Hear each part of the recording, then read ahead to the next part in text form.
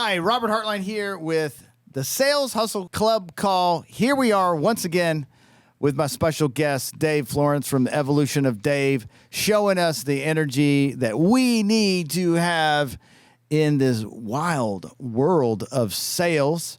Thank you, Dave, for joining us once again. Thank you. Thank you for having me. So this is a topic that, you know what, a lot of salespeople suffer with and suffer from, and it is a condition they are not completely aware of, and that is they aren't good listeners.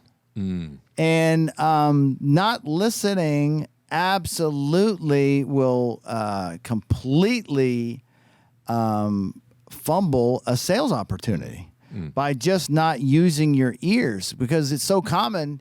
I'm talking to a prospect and they're talking and I'm like, what am I going to say next? What am I going to say next? How am I going to close this sale? What should I say now? What should I, and that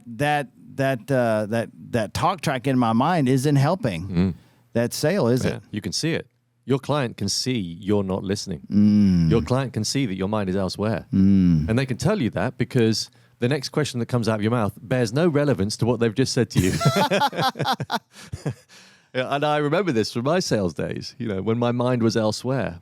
And I think it is a common trait for salespeople.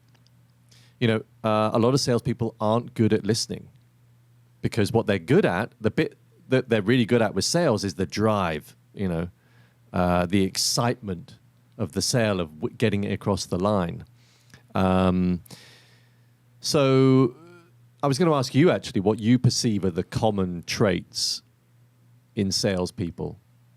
Common traits of salespeople of not listening. Well, I mean, number one, I think from my experience, I've realized that when it comes to sales meetings, we generally, well, just think back to your own self. You remember a great meeting when you did all the talking. And it's a wild thing to think about, but when I walk away from a meeting as a salesperson, I need to walk away from the meeting going, they talked all the whole time, because then I know it went well. But if I walk away knowing that I talked the whole time, that means I wasn't listening. And so it didn't go well. And a common trait is that feel that need, because really when you think about a salesperson, they are, most of them are outgoing, right? That's a common trait. They're outgoing. Sometimes they're funny. They're animated, right? And they want to put on a performance, right? That's their natural state. But if they did not do the listening work, the performance doesn't matter. Because you could be performing to the wrong audience. And if you haven't listened, you don't know the audience yet. And so the goal is to listen, to what this prospect is telling you, because they're giving you all the hints. They're giving you all the clues to solve their problem. And, there's really kind of two fundamental buckets of a sales presentation. The bucket one, I walk in cold. I don't know your needs. I have something that I suspect would be of value to you. And I have to walk into that as a different presentation. Now, if you filled out a lead form because you need a new solution for your HR system because the solution you have doesn't work, and you've submitted a form, that's an expression of pain. I don't have the right product. Can you help me? I give you my email address and a salesperson comes by. Well, that's a different conversation, right? I automatically know, I know your pain. And I can start leaning into the pain. Tell me more about what you don't like about your HR solution right now. Like what gives you, what sparked you filling out a form with us today? That question can elicit all kinds of opportunities to learn about how to navigate that opportunity, right? How to add more value. But I have to listen because sometimes we as salespeople will take the bias of a previous conversation or previous sale and make the assumption that, oh, they want me because I'm inexpensive. I have a low value product. That may not be it at all. And you could trip up that opportunity, but the listening part is where they really mess up. To add to that listening component, when you are caught up in your head, and like even now, I'm doing this with you. Like this is happening live. Like there's a part of me that's caught up in my head a little bit, and not just being in the flow of just expressing what it's like to be in a sales presentation, because sometimes I forget what that stress is, because you're in a heightened state. You're maybe a little nervous. You're trying to get to know the person, and that's why that part of the listening part starts with just the introductions, just the simple rapport building when you're practicing with your prospect and just the art of conversation, not even about your product, just getting them to express about who they are. Yeah. Find the commonalities. Yeah. Stop thinking about yourself. Right. Because that's what a lot of salespeople do, isn't it? They go in thinking about themselves, thinking about how they're going to present, how they're coming across. When you're doing that, then you've lost it. You're not picking up any of the signals. You're not listening. And what I used to do was find commonality. So I became interested. Because people buy people. We know that. I know it's a cliche, but they do, don't they? If you come across somebody in the street and they're saying, "Oh, really? Oh, that's interesting. Oh, that's fascinating." All those sorts of statements, because they genuinely believe it, then that's something you want to think about when you're a salesperson. But there's no point just saying those words without truly believing it. So I think a part of this is learning how to be interested in other human beings. We should be interested. Just because one person happens to be into American football and you're thinking, well, I don't really know anything about that. And I'm saying that because I'm a Brit. It doesn't mean I'm not going to be interested in you. There's going to be something that is an area, a subject matter of commonality that brings us together. I remember when I used to do sales, that would be one of the things that I would do. I would ignore everything I was being taught. In terms of how to have a sales conversation, because it didn't feel natural. It felt forced. And I kept thinking, that's just not me. And surely the more me I am, the more people are going to buy into me and want to speak to me. So I would ignore that, and I would start just talking to them, as you say, about stuff. And then I'd find these little tributaries of conversation just to find what they're really into in life. It might well have been the football game that was on last night. It might well be something to do with their family. It might well be the weather that's led to them being able to go on a fishing trip. There's always something that you will go, now this is a subject I know a lot about, or this is a subject that I love. Get them engaged on that, then you've changed the whole level, haven't you? So get interested. And maybe you need to learn how to get interested. And what that means is get out your own way. Stop thinking about yourself. And we're doing that because we want to build trust. Yeah. And when you express that you care by actively listening, the express of care is a golden ticket for a salesperson. This person cares about me. As a human being, and we're not even talking business yet. We're just having a human to human connection. Now, if you can integrate their name, Dave, this is so great that you allowed me to come talk to you today. I'm so excited to spend some time with you. Dave, how many kids you got? Yeah. I noticed your kid's on the shelf over there. Dave, I'm using the name in conversation. We love to hear our names. When we hear our names, there is a loving thing that is sparked with us. It builds trust naturally when someone knows your name and says it and expressed in conversation. So one of the things that I often will teach salespeople is you got to integrate the name and conversation when you're building that rapport, because that will build that trust. And then how does one listen? How many times have you sat down with someone and you're having a conversation, and you're saying something super important, and they look at their phone and they're looking up at you, and they're looking at their phone, and yeah, sure, I'm giving you the head nod as if I'm listening, but I'm also reading and listening. So what you're saying is super important. How does it make you feel? Yeah, exactly. You're not listening. No. Yeah, exactly. No. There's a great book called Time to Think by Nancy Klein that I would recommend people to read. And it's all about that and the power of listening. And it seems stupid, doesn't it? I've got to learn how to listen. It's a natural trait. We should all be able to do this. And part of it is realizing that you should be interested in that person.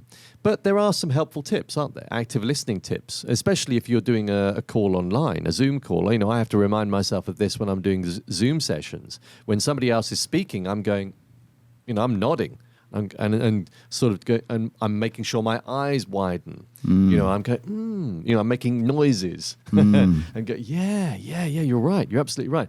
I was thinking actually, you mentioned saying somebody's name. The great thing about that is if I say Robert, what do you think about this? If up until that point you were looking at me, but actually your mind was elsewhere, if I say Robert, your mind goes, oh, shit. Oh, sorry. Absolutely. No, you're right. You kind of, you're waking up the subconscious, right? You're waking up your consciousness to go, hey, oh, we're in a conversation. Yeah, exactly. Yeah. Oh, no, what they're going to ask me? The brain's going, okay, right, I'm in. Yes, I'm listening. It's okay, I'm here. So I think it's a really good tool, isn't it, using their name? Well, and the thing is I tell everyone that role practice helps. When you role practice on your next sales meeting and have a pretend customer and do that pretend, but listening is something you should be practicing with your family. And you can practice every night with your family because your spouse, your kids, they're going to come up to you and they're going to be telling you something about their day. Do you have your phone in your hand? If it is in your hand, then you are not listening because it could vibrate, distract you. It could be, you'll be tempted if you're like me when you have it in your hand to go, oh, do I got a notification? Oh, do I got to check it? And what does it feel like when someone looks at their phone when you are talking? It's like a little dagger. It is. It's like a little he doesn't care. He's not paying attention. He's not listening, right? And so when you think about how harmful that could be with your family by not having that deep connection. And so that is a really good place to practice that. So we should do that anyway. It's just regardless of the sales thing. It's just, gosh, they deserve it, right? They deserve that level of deep listening, so that they know that you care about them. That's love. Yeah. Well, I tell you what that really makes me think about is this wider perspective of the Sales Hustle Challenge, but also in working on yourself. When you think about things that you should get right in your life in order to be a happy, contented human being, one of those is obviously the relationship with your job. One of them is the relationship with yourself, and the other is the relationship with your family, with other human beings, with your friends. Yeah, the three marriages. Yeah, you got to get them all right. Yeah. If even one of them is not right. So let's say you're an amazing salesperson, but when you come home, you're ignoring your family. You're on your phone, or ultimately that negative experience, relationship that you've created will have an impact elsewhere. Because at some point, your family aren't going to be able to put up with that. They're going to have a go at you. You're going to be in an argument. So what happens? You have that argument. You wake up in the morning. You're feeling rubbish. That impacts your sales day. So get all three things right, and you can't help but flow through life. That is so good. That is so good. Back to the listening mode. What's a good way to express that we are listening? We're using our body, to express. We're using our eyes. We're using our nods. We're doing the ums. And what else could we do to show that person that we are actively listening? Well, what I would say to that is all of those are tricks. They're tools. But if you did that but you weren't listening, people would still know. So I think people watching this, listening to this, they need to go beyond just the tricks and the tools. Because tricks and tools are great at masking the fact that you're listening, or rather, sorry, they create the mask of listening, but you're not necessarily really listening. When you're really listening, you are actively in your mind fascinated with that human being. So become fascinated.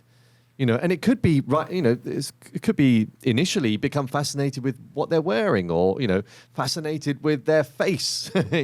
Just do something to get the mind focusing on that person in front of you. At some point, that person's going to say something that will go, and your brain will go, "Oh yes, pattern recognition, association.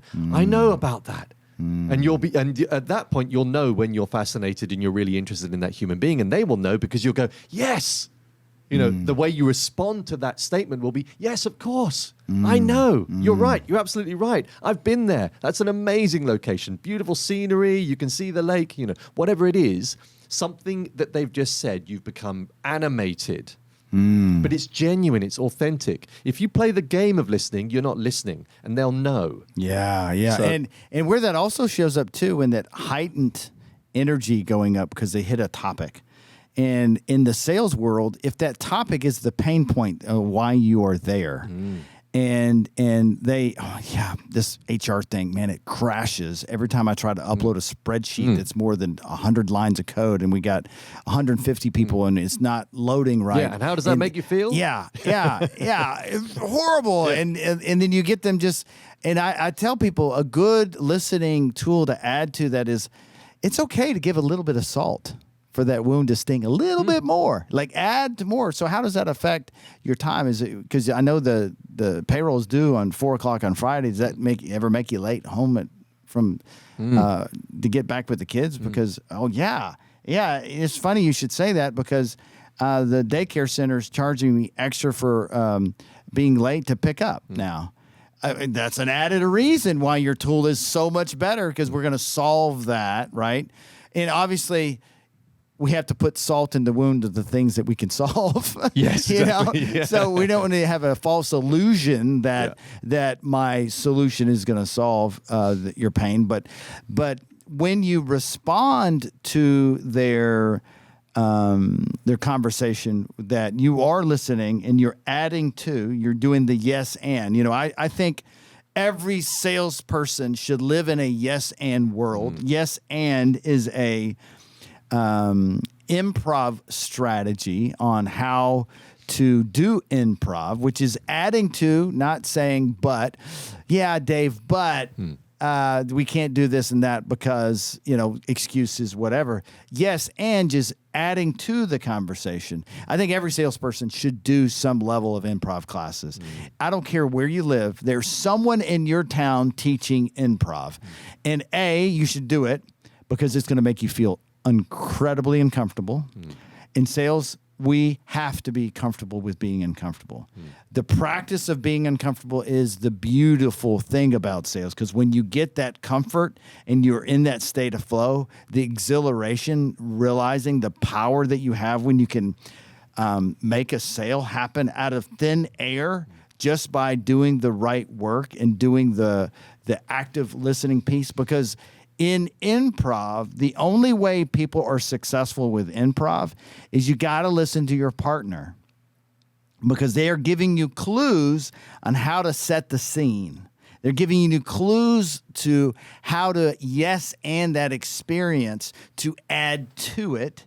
And when you get in this practice of not overthinking, because when we are overthinking, we are not listening.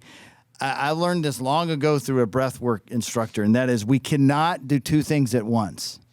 We cannot do two things at once. You cannot be preparing your next statement out of your mouth and also listen at the same time. It's impossible. You cannot do two things at once. And so the magic happens in improv when that split-second decision, the first thing that comes out of your mouth after I actively listened, in that split second, the wisdom and the comedy of it all is right in there. And that's when those human connections are made. That's what makes a lot of comedy work. and a lot of people will say, well, I don't, we have this impression in conversation that you say something and that I must respond, right? We forget about the nuance of silence and how powerful a silence can be. And so use the tools that are around you. Like, I'm having a conversation. Dave, you asked me a random question.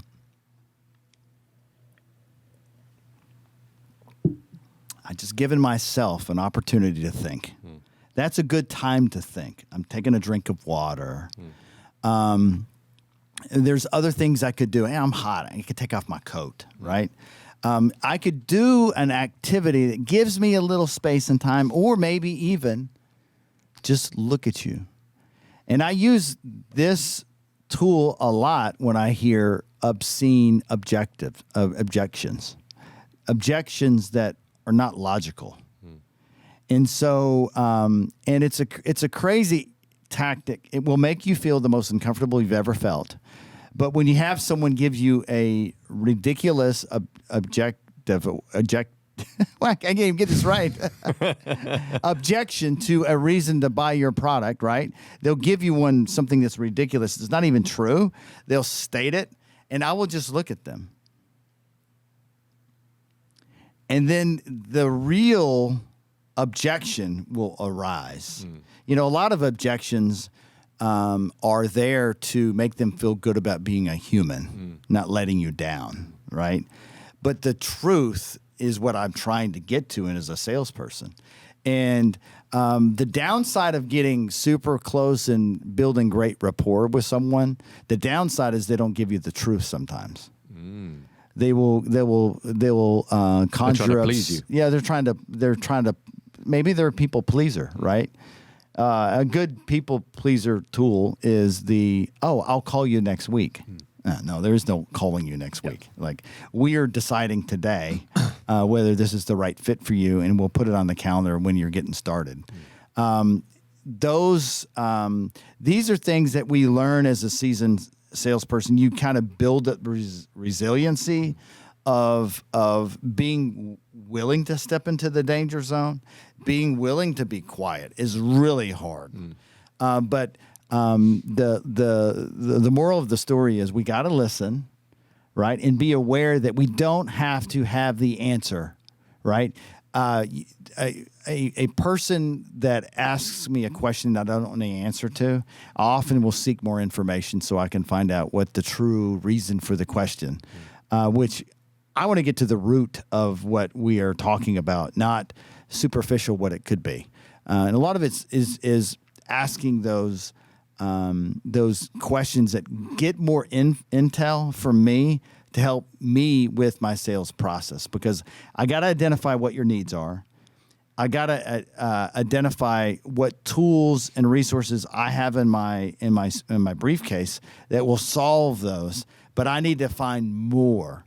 Like, if I can have more needs come out of you that fit my product, now it helps me with my proposal that I'm proposing the right thing. And then when I move from listening to mode to proposal mode, it was so funny. Back in the day when I used to sell cell phones door to door, we had a flip chart. And they taught us to go through the whole chart. Wow. And that was miserable. It was just so miserable. It was so miserable. And it was miserable for the client too. But I know why they do it. They do it because they want everyone to have the same presentation, right? And they just figure that, if we put enough people through this misery, that enough people will buy. Just do it in volume, right?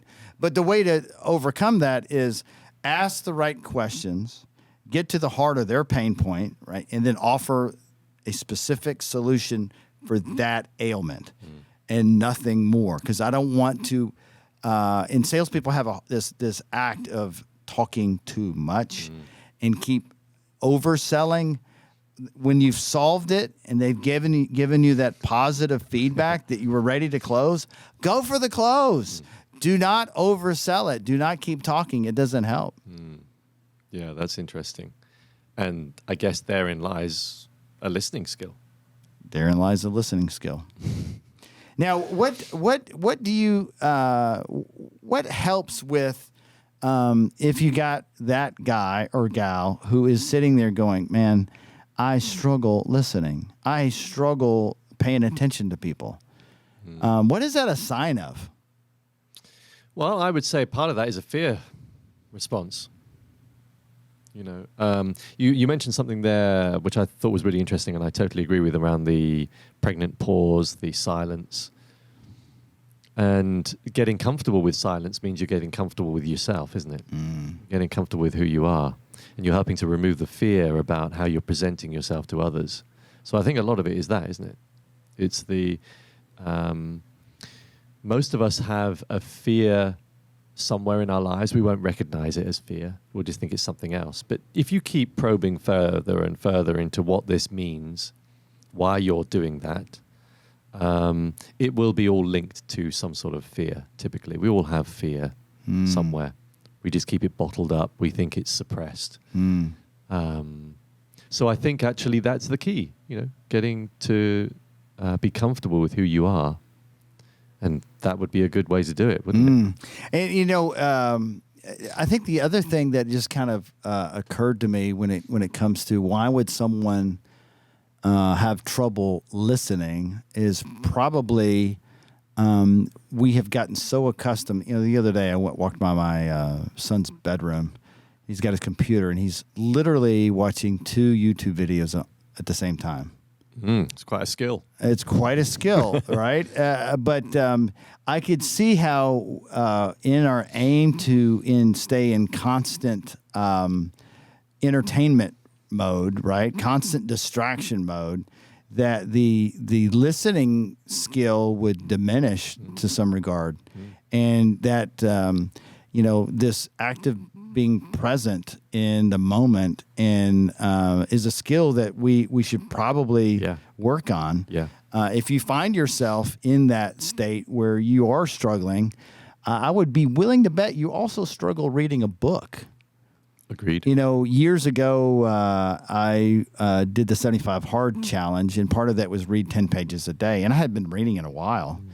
And for the first week, it was the hardest thing ever, is reading and staying focused. And it took a lot of practice to get back in the act of reading. Now I'll read every day, and I love reading. But it is an active practice of just doing that one thing and staying focused. And listening is part of that, is being able to listen. I think something that we were discussing the other day, the silent retreat. There's a lot of value in that for many, many different reasons. And I reckon those that find it hard to listen would get value from it because it's hard. Yeah. And those that spend too much time in the distractions of life would get value, but it's hard. And the silent retreat is exactly that. You turn up to a location, you meet other human beings, and then at some point the facilitator will tell you, you no longer need to speak anymore. You no longer need to recognize there are other human beings here. And for the next 10 days or 5 days, whatever it is, you can't look at your mobile phone. Everything is turned off. They might allow you to read a book if you're lucky. And you learn how to be happy in yourself, in your own world. You learn how to be comfortable with silence. And I guarantee when you finally come out of that, your listening skills will have improved because you will want to hear other human beings. Oh, absolutely. Although, like I said to you, remember I said to you the other day, I said I came out of that and my first probably 6-7 hours afterwards, I didn't want to talk to anybody. I'd become so comfortable in this perfect state of just being in the present. I didn't want to be taken out of that. And then eventually when I did, I just went into super excitable mode. You got to do this, You wouldn't shut up. Yeah, exactly. Yeah. Well, the other thing I want to throw some awareness to in this active listening thing is really an advanced selling skill. And that is mirroring. And when I'm listening, I'm watching your vocal tone, I'm watching your tempo, I'm watching your style, I'm watching your body language as you speak. Just looking and paying attention to all of it, because I'm going to try to, in advanced selling would be mirroring their body language, mirroring the same vocal tone, so we're in tempo together. So many times, the excitable salesperson is running at a higher frequency than your customer, and you can outrun the customer. You can scare, your energy can scare someone away. So be super aware that my language tempo and the vocal tones that I'm using, my inflections, are mimicking my customer, and I'm not going well outside of the range of, because it will be alarm bells for them. Because understand, their survival mind, you can really turn someone off with your high energy. And some people have already an emotion around salespeople, already have biases about past salespeople, and so you could easily fall in that trap where you're like every other fast talker they've ever came across that was in 1 minute and gone the next and took their money and ran, right? And you don't want to have that perception, and you're not going to build trust when you are talking as fast as you possibly can. The other person's at a different space and time, really, in terms of a conversation. And that really will shine the light of a bad presentation. Yeah, so we have something in our brains called the mirror neuron, don't we? And so naturally, we will mirror other human beings. However, if we go into that conversation thinking that we need to mirror, then it may well be that we end up doing such a good mirroring job that we're mimicking. And if we're mimicking, that's not going to work. You know. So again, it all comes down to wanting to be there, being interested in the person, being present, because then your mirror neurons will work. You might need to remind yourself, or maybe I should just slow down a bit. That my customer's voice has got a bit quieter now. I'll do the same. So you might need to remind yourself of that. But I do think the more you can calm the mind, the more you can be present, actually that mirroring will happen naturally and authentically. I think we've glossed over it. We kind of brought this up, but generally, if you cared about them as a human, Exactly, right, you're going to treat them better, and they're going to feel that you care. And what if you don't care, Dave? That's a tough question. I don't even know how I would answer. What if you don't care? Maybe you should be selling that product, right? I mean, I tell everyone you can find the love in the product if you just think a moment long enough about how you help other companies be successful at whatever the solution that you offer. Maybe it's all about the saving money. Maybe it's all about being more convenient, saving time.